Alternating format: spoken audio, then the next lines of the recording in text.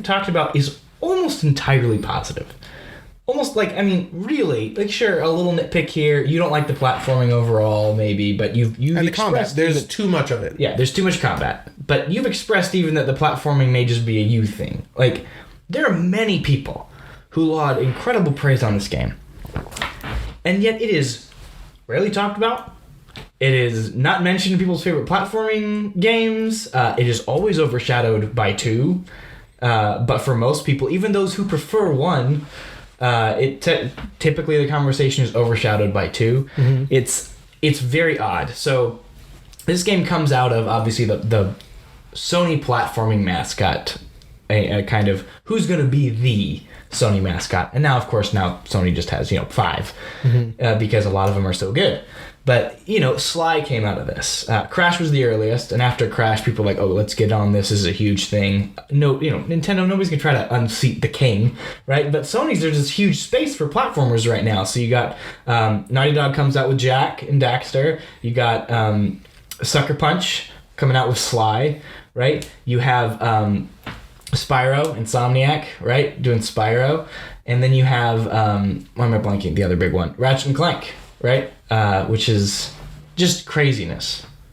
It's a lot going on. Those are some really strong games. There are also some that we didn't talk about because nobody remembers them. But sure, and those really aren't Sony games. In fact, most of them were on multiple platforms, I think. Maybe they had the biggest audience on PS2, but everything you mentioned there, those were Sony properties at the time. I mean, not like it is today. Sony has PlayStation Studios, just like Microsoft. They're eating up all of the small guys. Yeah. But they were exclusive games at the time. Yeah, and honestly, all of them are really strong. They all have something going for them. If I were to pick a favorite, it's Sly. But, I mean, all these are just really strong games. And out of all of them, this guy gets talked about the least.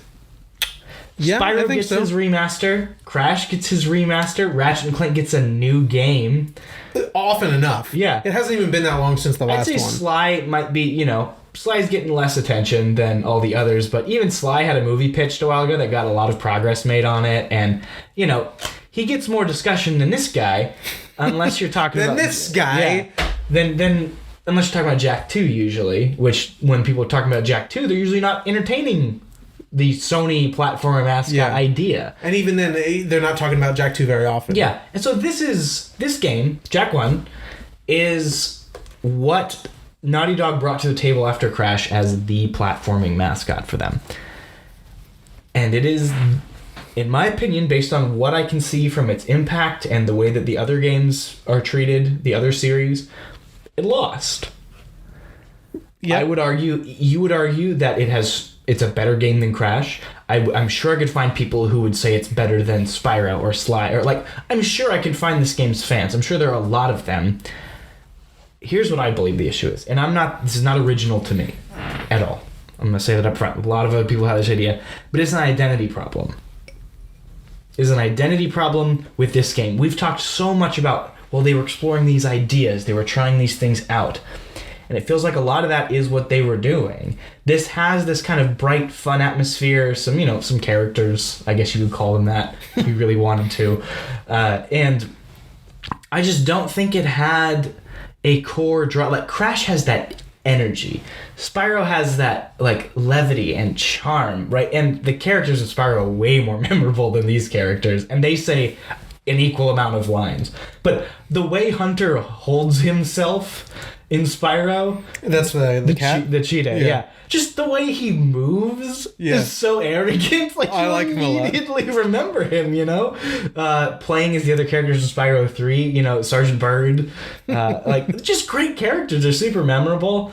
Sly, obviously, for them, it's the story and the charm of that. Yeah, and the characters are much more front and center there. Talk about something that they talked about. The developers, Naughty Dog, talked about how this was based on Saturday morning cartoons.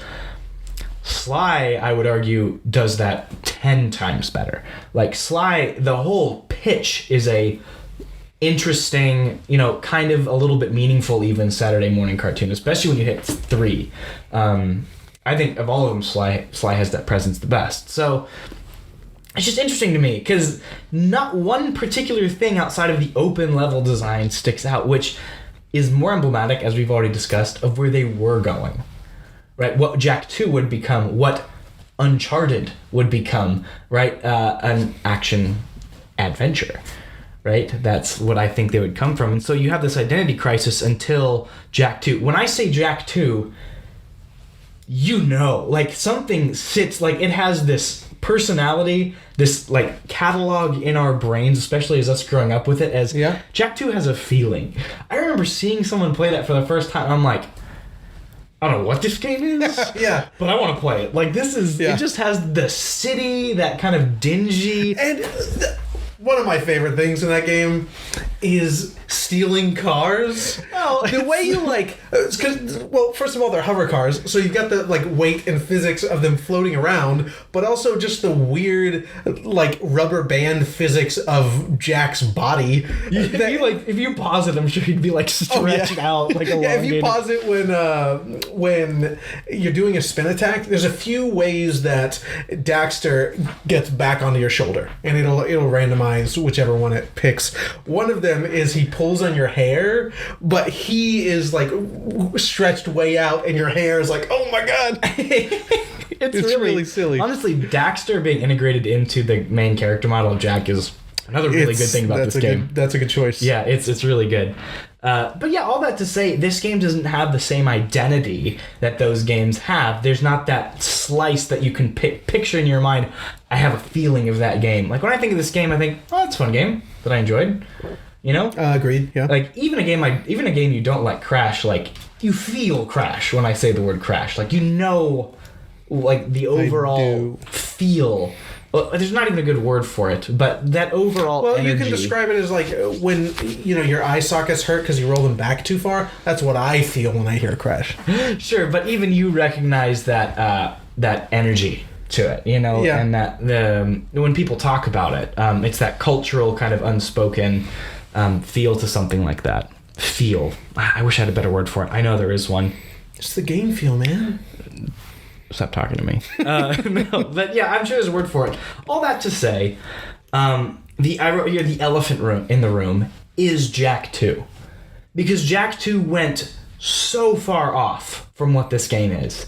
It stripped out the collectathon part completely. Entirely. You never hear about precursor. Energy cells. Energy cells again, right? Yeah, ever. You hear the precursor orbs are like rare finds now in Jak 2 that are just like lets you buy new Dark Jak powers. Like combat is way more front and center. The platforming gauntlets are bigger and more fun and better in Jak 2. Way more racing. Way more other side activities to be doing, but it never feels disparate, really. Like that city, and the word energy. I'm gonna say again, the energy of that city, that dingy, like kind of grays, but with that neon there, with these bright characters in them, it just stands out, man. And especially knowing that exists, looking back at this game, you're like, oh, that is a video game. Like this is a video game. Yeah, Jak 2 is Jak and Daxter. Yeah, that's what you think about. Exactly. And it's also just Jak. What happened to Daxter? Yeah, exactly. They realize that he is way too annoying to carry the title on his own. I dislike him immensely in this game. I find him incredibly annoying and not like obnoxious. Yeah, he's pretty obnoxious. Yeah, and in Jak 2, because Jak talks now, it's way less of a big deal. Like. I forgot Jak talks. Yeah, that's like, in fact, the first thing. It is in universe that he doesn't speak in this game. Like, they mention it, like, Jak, for once, just say something to me, buddy. I'm gonna kill Praxis. Like, like right out the gate. I remember it vividly. But seriously, like, it's part, he's like, whoa. Like, Daxter's like taken aback that Jak speaks now. It's really funny. I can't wait. And then you won't know why. Kira, like, because Kira's also in the city, and you don't meet her till like a good chunk of the way into the game. But she's behind this veil, really uninterested in you. And you're talking to her, and she doesn't recognize you. But I do remember that. But Daxter, she recognizes. She's like, "Oh, hey, Daxter, how's it going?" Like, "Yeah, no worries." And she just thinks you're this annoying guy with him. And then she meets you, like, Jack? And you're like, yeah, what's up, Kira? You're like, you talk? What is happening? I Like, do remember that. yeah, so it's in universe. He doesn't speak in this game. That's very silly. I agree. You won't know until the time comes, but I can't wait for you to finish. Not just play. Obviously, I want you to play, but finish Dead Space 2. Dude, I cannot tell you how excited I am to... Because we played Dead Space 1. I played Dead Space 1 for the first time ever. Yeah, last year. And loved it. It's very good. Like, that. When I think of games where I'm like, let me just give someone a game that they will have a blast playing, Dead Space is at the top of that list. Like, right near a couple others of my go-tos for someone who just wants a fun game to play. That is a rip for a good time. It's so I'm so stoked for 2. I can finally watch that Jacob Geller video. I don't think, even after Portal 2, I still don't think I had laughed as much in any game than more than I did in Dark Souls 2. I mean, Dark Souls 2? Yeah. Sorry, what game? I only heard was Dark Souls 2. Okay, Dead Space 2. Interesting. I am so stoked to play this game. I've heard so many good things about it. Is it Dark Souls or Dark Souls 2 that the Onion Knight is... Well, I mean, he's always just, like, thinking. But as you're walking up to him, like, before you even see him, you just hear this endless loop. I think it's Dark Souls 1. Like, while he's sitting outside of Sen's Fortress. I found our Twitter clip. Yeah, so all that to say, we're like, this game just doesn't have a place, I think, in our collective gaming memory. And I would argue not even just because of Jak 2. I think this game as it is, it doesn't really have a place. And that's not because it's not good. Like, I think it's a really good game, and every time I play it, I go, why do I feel so little about this game? Like, I'm playing it and I'm having fun. It's got energy, character, all the things that I talked about these other games, but... Even the whole series in general, I mean, what are they? Naughty Dog is really the poster child of Sony's first-party developers at this point.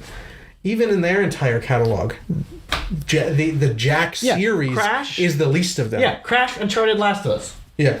That's the Trinity. The holy trinity of Naughty Dog. You got Jak. Somewhere in there. Yeah.